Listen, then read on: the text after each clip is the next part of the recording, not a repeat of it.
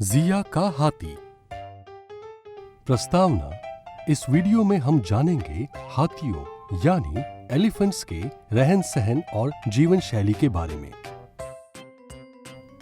आज जिया बोबो के साथ बैठकर अपने स्कूल का होमवर्क कर रही है। बोबो, मेरा होमवर्क तो हो गया। चलो अब हम कोई चित्र बनाते हैं। पर मैं किसका चित्र बनाऊं? जिया जब से चिड़ियाघर में जानवरों से मिलकर आई है, तब से जानवरों में उसकी रुचि काफी बढ़ गई है। हाँ बोबो, हम अभी एक हाथी का चित्र बनाते हैं। जिया और बोबो हाथी का चित्र बनाने लगते हैं। ये लो बोबो, हाथी का चित्र तो बन गया। तुम्हें जिया का ये हाथी कैसा लगता है? क्या तुम्हें इस चित्र में कुछ अजीब लग रहा है? तभी जिया की मम्मी आ जाती है।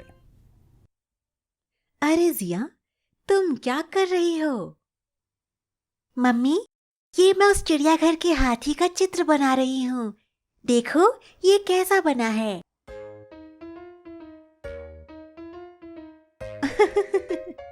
जिया, ये हाथी तो बहुत अच्छा है, लेकिन शायद तुमने इसे अभी तक खाना नहीं खिलाया, इसीलिए ये थोड़ा कमजोर लग रहा है। मम्मी की बात सुनकर जिया ये सोचने लगी कि अगर हाथी का शरीर इतना बड़ा होता है, तो एक दिन में वो आखिर कितना खाना खाता होगा। मम्मी, हाथी एक दिन में कितना खाना खाता होगा? जिया, हाथी दूसरे जानवरों की तरह थोड़ा बहुत खाना नहीं खाता, वो तो उनसे बहुत ज्यादा खाना खाता है। एक बार में हाथी जितना खाना खाता है, उतने में तो छोटे जानवर कई दिनों तक अपना पेट भर सकते हैं। क्या तुम जानते हो कि हाथी एक दिन में कितना खाना खाता है? जवाब। हाथी एक दिन में कम से कम 100 किलोग्राम तक घास या पत्ते खाता है। पर मम्मी, इतना खाना खाने के बाद हाथी को तो बहुत नींद आती होगी। वो तो दिन भर सोते ही रहते होंगे। तुम्हें क्या लगता है, हाथी एक दिन में कितने घंटे आराम करते होंगे?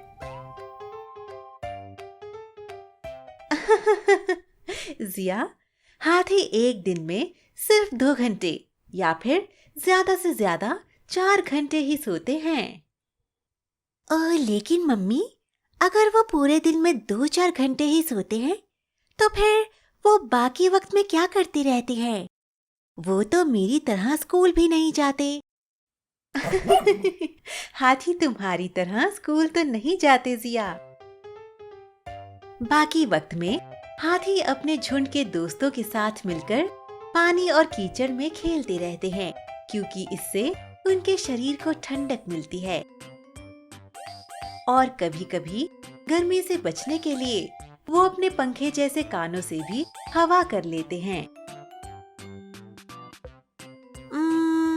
मम्मी, चिड़ियाघर में तो वो हाथी अकेला था। हाथियों के झुंड में कौन-कौन होता है? जिया, हाथियों के झुंड में कुछ हथनियां और उनके बच्चे ही होते हैं। और जैसे ही वो बच्चे 14-15 साल के हो जाते हैं, उन्हें अपना झुंड छोड़कर जाना होता है और इसके बाद वो अकेले ही रहते हैं। इसीलिए चिड़ियाघर में वो हाथी अकेला था। क्या तुमने कभी हथनियों के झुंड को देखा है? तुम्हें क्या लगता है, एक झुंड में कितने सदस्य होंगे? सोचो सोचो। जवाब। हाथियों के झुंड में 10 से 12 हथनियां और उनके बच्चे होते हैं। मम्मी, क्या झुंड की हथनियां कभी आपस में लड़ती नहीं? जिया, हाथियों के झुंड में सबसे बूढ़ी हथनी झुंड की नेता होती है और झुंड की सभी हथनियां अपने नेता की बात मानती हैं, इसीलिए वो कभी आपस में नहीं लड़ते। पर जिया वैसे तो हाथी काफी शांत स्वभाव के होते हैं, लेकिन जब कभी उन्हें इंसान पकड़ने की कोशिश करते हैं, तो वो अपने बचाव के लिए कभी कभी उन पर हमला करते हैं। पर मम्मी, इंसान हाथी को क्यों पकड़ते हैं? जिया, क्योंकि हाथी बहुत शक्तिशाली होता है, तो इंसान सामान ढोने या उसकी सवारी के लिए उसे पकड़ते हैं। क्या तुमने कभी हाथी की सवारी की है? तुम्हें वो सवारी कैसी लगी? तुम्हें क्या लगता है, क्या तुम्हारे वजन से हाथी को कोई तकलीफ होती होगी? क्या तुमने कभी किसी जानवर को दूसरे जानवर की सवारी करते हुए देखा है? तुम्हें क्या लगता है, ये बगुला भैंस पर क्यों बैठा होगा? मम्मी, क्या इंसान इसी तरह दूसरे जानवरों को भी पकड़ते हैं? हाँ जिया, इंसान दूसरे जानवरों जैसे सांप, भालू, बंदर और भी बहुत सारे जानवरों को पकड़ते हैं और इनसे काम करवाते हैं। लेकिन मम्मी, इंसान सांप जैसे छोटे जानवरों की सवारी कैसे कर सकते हैं? वो तो इतने छोटे होते हैं। अरे जिया, इंसान उन छोटे जानवरों की सवारी नहीं कर सकते। वो इन छोटे जानवरों से इनकी योग्यता के अनुसार काम करवाते हैं। जैसे कि सांप को बीन बजाकर नचाने के लिए, भालू को सर्कस में करतब दिखाने के लिए और बंदर का खेल दिखाने के लिए। क्या तुम ऐसे कुछ और जानवरों के नाम बता सकते हो जिन्हें इंसान पकड़कर काम करवाते हैं? तुम्हें क्या लगता है, इन जानवरों के साथ सही बर्ताव किया जाता है? जिया ये सब सुनकर कुछ शांत सी हो गई। उसे जानवरों की फिक्र होने लगी। जिया को परेशान देख जिया की मम्मी बोली, पर जिया, सभी इंसान इन जानवरों को पकड़कर इनसे काम नहीं करवाते। बहुत से लोग जानवरों से प्यार करते हैं और इनका पूरा ख्याल भी रखते हैं, बिल्कुल वैसे जैसे तुम बोबो का ख्याल रखती हो। ये सुनकर जिया की उदासी खुशी में बदल गई। जिया, एक काम करो, तुम अब और एक हाथी बनाओ और इसको थोड़ा मोटा बनाना। जरूर मम्मी, मैं अभी बनाती हूँ। जिया अब एक नया हाथी बनाने में लग गई। बोबो भी उसका साथ दे रहा है। जिया का ये नया हाथी तुम्हें कैसा लग रहा है? क्या तुम इससे अच्छा हाथी बना सकते हो? सारांश, इस वीडियो में हमने देखा हाथियों के रहन सहन और जीवन शैली के बारे में। अनीता की मधुमक्खियां। प्रस्तावना: इस वीडियो में हम अनीता और उसकी मधुमक्खियों यानी हनी बीज के बारे में जानेंगे। हर दिन की तरह उस दिन भी जिया बोबो के साथ अपने टेबल पर बैठकर मन लगाकर पढ़ाई कर रही थी। अचानक जिया को बाहर से एक अजीब सी आवाज सुनाई देती है। पहले तो जिया ने बिल्कुल ध्यान नहीं दिया, उसे पढ़ाई जो करनी थी। पर कुछ देर बाद उससे और रहा नहीं गया। बोबो, बस बहुत हो गया, चलो देखते हैं ये कैसी आवाज है। जैसे ही जिया ने अपनी खिड़की से बाहर झांका तो उसने देखा कि एक पेड़ पर बहुत बड़ा मधुमक्खियों का छत्ता है और उसके पास कई सारी मधुमक्खियां घूम रही हैं। मधुमक्खियों को देखकर जिया बहुत खुश हो जाती है, पर फिर उसे कुछ याद आता है। मैंने तो सुना था मधुमक्खियां शहद बनाती हैं, पर मुझे तो शहद दिख ही नहीं रहा। क्या तुमने कभी मधुमक्खियां देखी है? क्या तुम्हें पता है मधुमक्खियां शहद बनाती हैं या नहीं?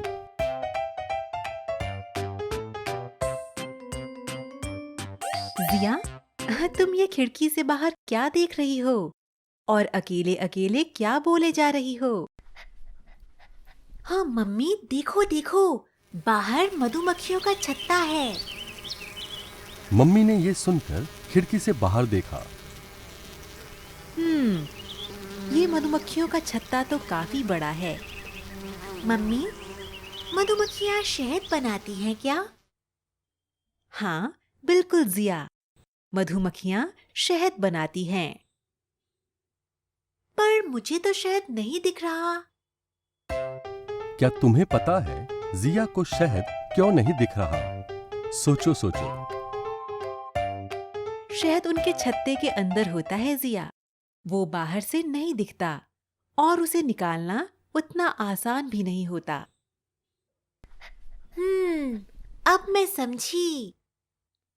तुम्हें पता है जिया, लोग शहद बेचने के लिए मधुमक्खियां पालते हैं। मधुमक्खियां पालते हैं? जैसे हमने बोबो को पाला है। लोग वैसे मधुमक्खियां भी पालते हैं। हाँ जिया, तुमने अनीता के बारे में सुना है क्या? वो तो यही काम करती थी। जिया ने तो अनीता के बारे में नहीं सुना, पर क्या तुम्हें अनीता और उसकी मधुमक्खियों के बारे में पता है? अनीता बिहार के एक छोटे से गांव में रहती थी। क्या तुम्हें पता है बिहार कहाँ है? भारत के इस नक्शे पर दिखाओ।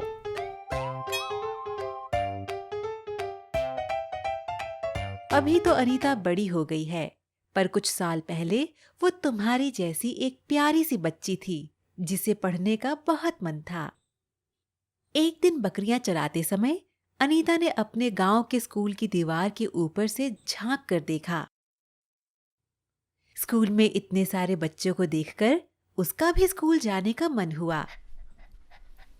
तो क्या वो तब तक स्कूल नहीं जाती थी मम्मी? नहीं जिया, उसके मम्मी पापा के पास इतने पैसे नहीं थे और उन्हें लड़कियों का स्कूल जाना पसंद भी नहीं था। तुम तो रोज स्कूल जाते हो, पर तुम क्या किसी ऐसे बच्चे को जानते हो जो स्कूल नहीं जाता? क्या तुम्हें पता है वो स्कूल क्यों नहीं जाता? हाँ मम्मी, तो क्या वो स्कूल जाने लगी? हाँ जिया, स्कूल के टीचर ने उसके मम्मी पापा को बहुत समझाया। टीचर ने उन्हें बताया कि सारे बच्चों को पढ़ने का अधिकार है और 8वीं क्लास तक पढ़ाई लगभग मुफ्त होती है, और ये सब सुनकर वो मान गए। क्या तुम्हें लगता है सारे बच्चों को पढ़ने का अधिकार होना चाहिए? वाह, अनीता अब स्कूल जा सकती है। अनीता ने 5वीं क्लास तक तो अच्छे से पढ़ लिया, पर 6ठी क्लास में खर्चा थोड़ा बढ़ने लगा। पर अनीता ने आगे पढ़ने का मन बना लिया था। तो फिर उसने क्या किया? तुम अगर अनीता की जगह होते तो क्या करते? अनीता ने पैसे कमाने के लिए अपने से छोटे बच्चों को पढ़ाना शुरू किया और गांव वालों को भी पढ़ाई के महत्व के बारे में समझाया।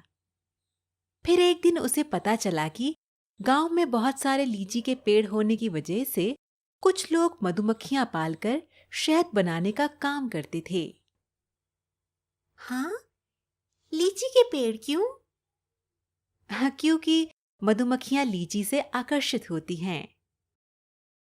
अच्छा, फिर अनीता ने क्या किया? अनीता ने मधुमक्खियां पालने का एक सरकारी कोर्स किया। वाह, ऐसा कोर्स भी होता है क्या मम्मी?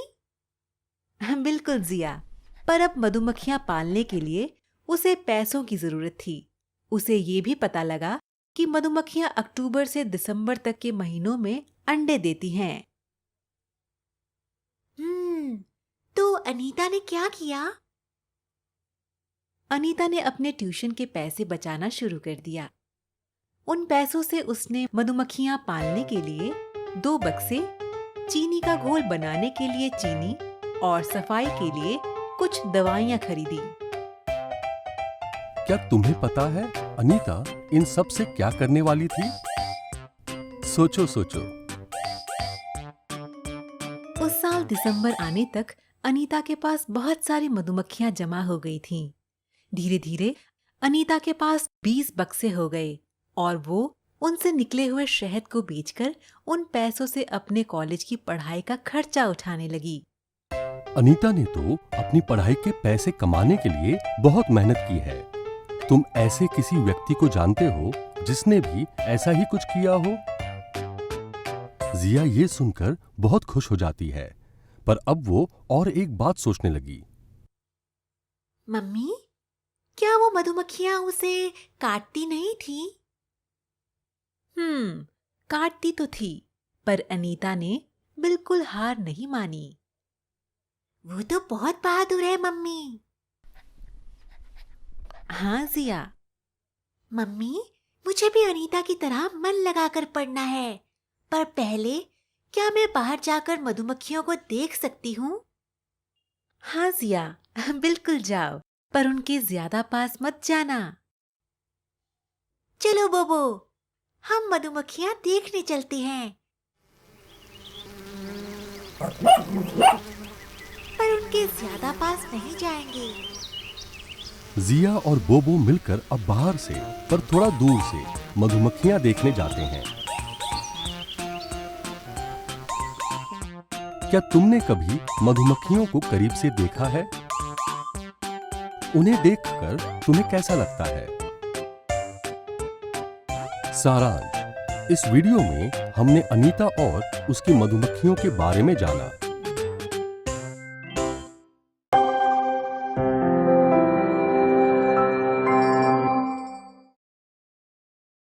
अमृता की कहानी। प्रस्तावना। इस वीडियो में हम देखेंगे कि पेड़ हमारे पर्यावरण के लिए कितने जरूरी है और अमृता ने अपने गांव के पेड़ों को कैसे बचाया। जिया आज घर पर अकेली है क्योंकि जिया की मम्मी अभी तक ऑफिस से नहीं आई है।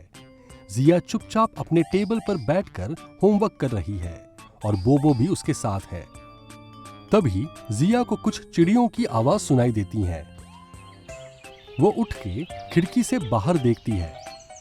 अरे बोबो, देखो उस पेड़ पर कितने सारे पक्षी हैं और वो कितने सुंदर हैं।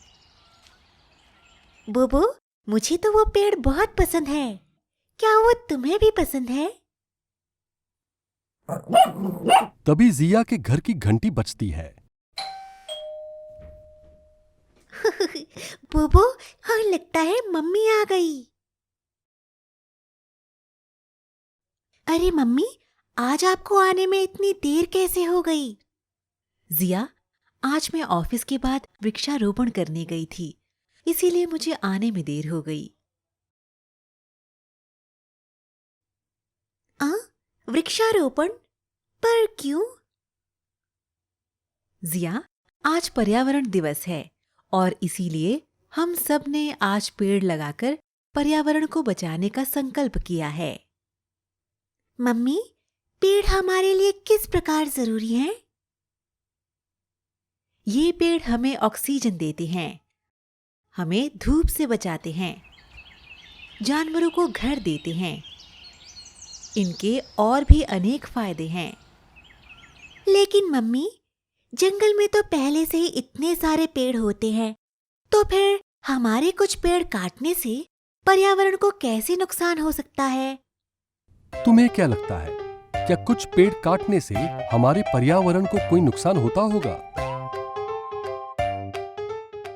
नहीं जिया, अब तो पहले से पेड़ काफी कम हो गए हैं, इसीलिए हमारे पर्यावरण के लिए हर एक पेड़ बहुत जरूरी है। जिया, तुम्हें खिड़की के बाहर वो पेड़ कैसा लगता है? मम्मी, मुझे तो वो पेड़ बहुत पसंद है। उस पेड़ पर कितने सारे पक्षी होते हैं। मान लो जिया, अगर उस पेड़ को कोई काट दे तो तुम्हें कैसा लगेगा? मम्मी, मुझे तो बहुत बुरा लगेगा, मगर इतने सुंदर पेड़ को कोई क्यों काटना चाहेगा? अच्छा जिया, मैं तुम्हें एक कहानी सुनाती हूँ। कहानी? कैसी कहानी मम्मी? जिया, ये है अमृता की कहानी। ये एक सच्ची कहानी है।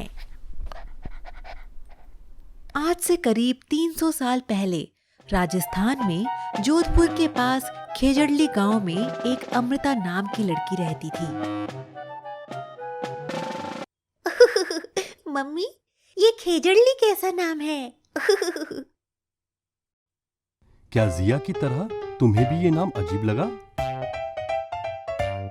तुम सोच सकते हो गांव का नाम खेजड़ली क्यों पड़ा होगा? जिया, इस गांव में खेजड़ी के बहुत से पेड़ थे, जिसकी वजह से ही उस गांव का नाम खेजड़ली पड़ा था।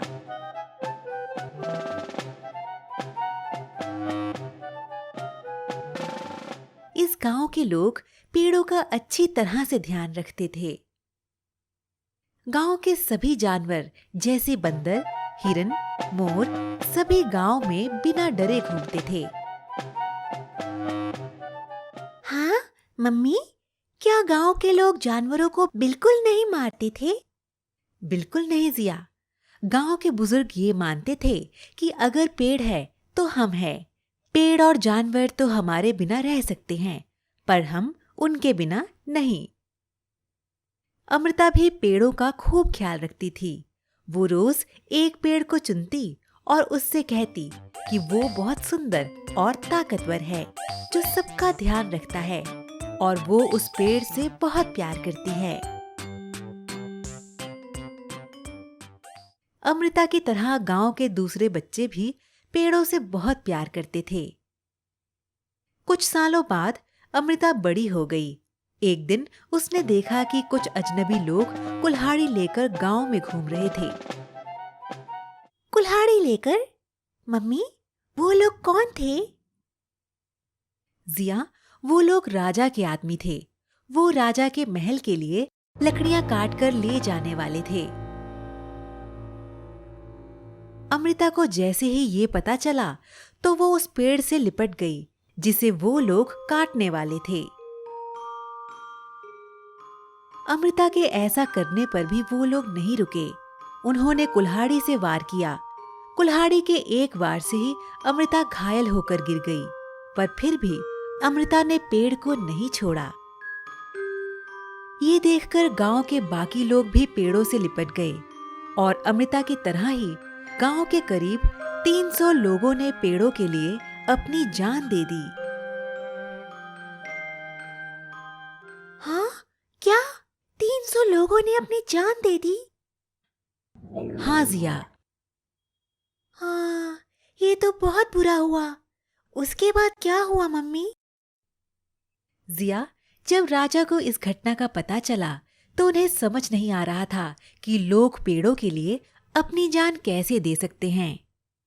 इसलिए वो उस गांव में खुद आए और लोगों का पेड़ों के लिए प्यार देखकर वो बहुत प्रभावित हुए। राजा ने आदेश दिया कि उस गांव में ना तो कोई पेड़ काटेगा और ना ही शिकार करेगा। क्या तुमने कभी शिकार करने वालों के बारे में सुना है? तुम्हें क्या लगता है वो शिकार क्यों करते होंगे? जिया, आज 300 साल बाद भी लोग इन पेड़ों और जानवरों की रक्षा करते हैं। इन लोगों को विश्नोई कहा जाता है। और जिया, रेगिस्तान में होते हुए भी ये इलाका बिल्कुल हरा भरा है। अब मैं समझी कि पेड़ हमारे पर्यावरण के लिए कितने जरूरी हैं और साधारण लोग किस तरह से पेड़ों की रक्षा कर सकते हैं। मम्मी जिया की ये बात सुनकर बहुत खुश थी।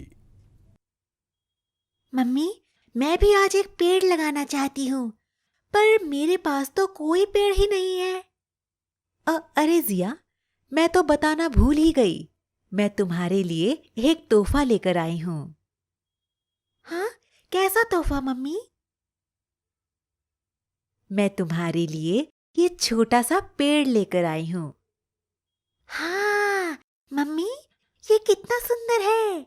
मैं इसे ले जाकर हमारे बगीचे में लगा देती हूँ। बहुत अच्छे जिया। आओ बोबो, तुम भी चलकर सीख लो कि पेड़ कैसे लगाते हैं। सारांश, इस वीडियो में हमने देखा कि पेड़ हमारे पर्यावरण के लिए कितने जरूरी है और अमृता ने अपने गांव के पेड़ों को कैसे बचाया।